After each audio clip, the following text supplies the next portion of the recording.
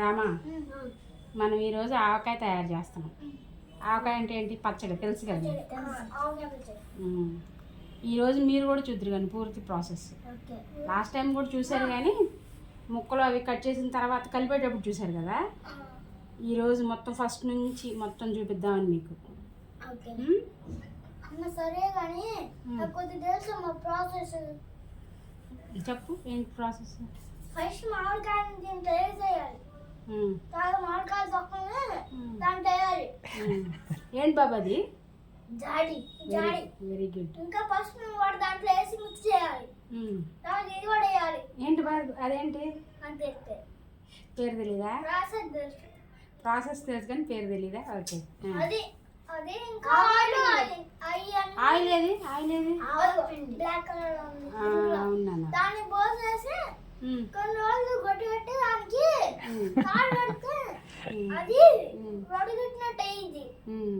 అప్పుడు మళ్ళీ ఇంకొన్ని రోజులకి తీస్తే గొడ్డని అప్పుడు అయిపోయింది ఆవకాయ.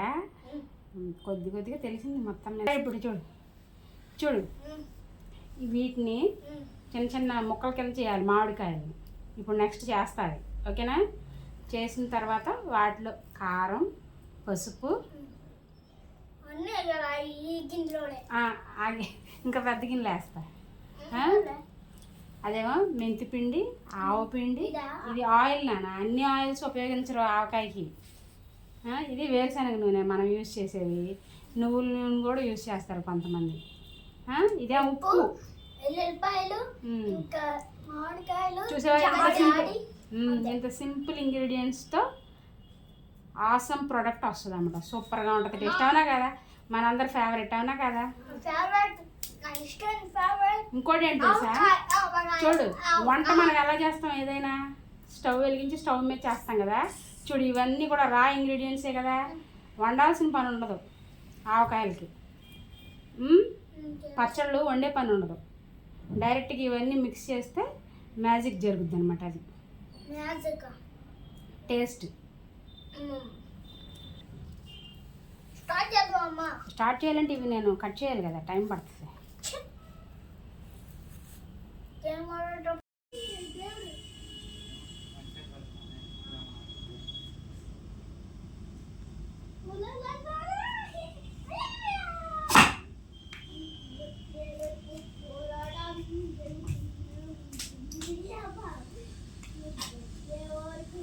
చూసావరామా ఎలా కొడుతున్నారో నాన్నగారు కాయలు? కట్ చేయటం అంటారు వాటిని.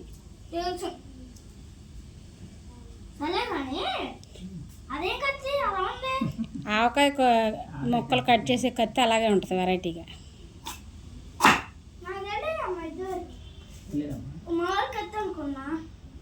ఇప్పుడు తెలిసిందే.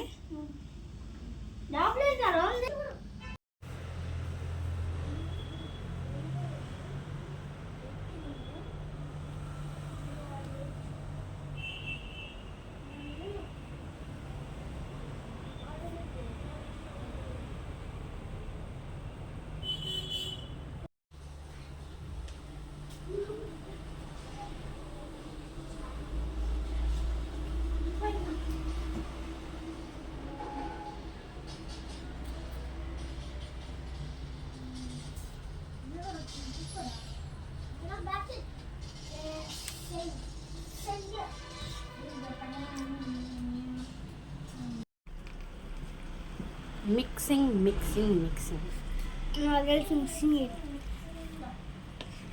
ఇది వరకు దీంతోనే చేసేవాళ్ళు. ఇప్పుడు అందుకోసమే దీంతో చేస్తాం.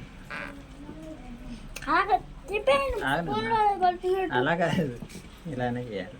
అదంతా లోపల